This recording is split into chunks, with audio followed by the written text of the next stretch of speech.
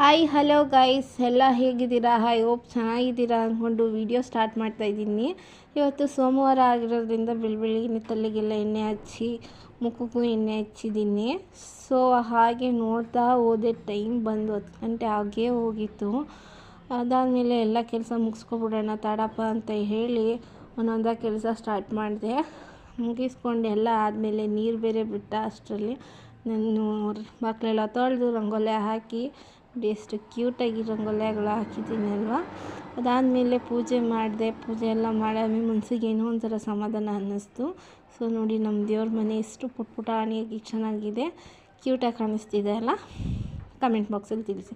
ಅದಾದಮೇಲೆ ನಂತರ ನಾನು ರೆಡಿಯಾಗಿರೋದು ಹೇಗೆ, ಏನೋ ಸಿಂಪಲಾಗಿ ಪೂಜೆ ಮಾಡ್ಬೇಕಾದ್ರೆ ಸ್ಯಾರಿ ಹಾಕೋಬೇಕು ಅಂತ ಅನ್ನಿಸ್ತು. ಸೊ ಹಾಕ್ಕೊಂಡು ಈ ಥರ ಕಾಣಿಸ್ತಾ ಇದೆ ನೋಡಿ.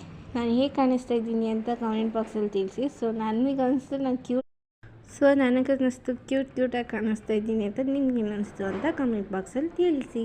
Thank you, bye, love you.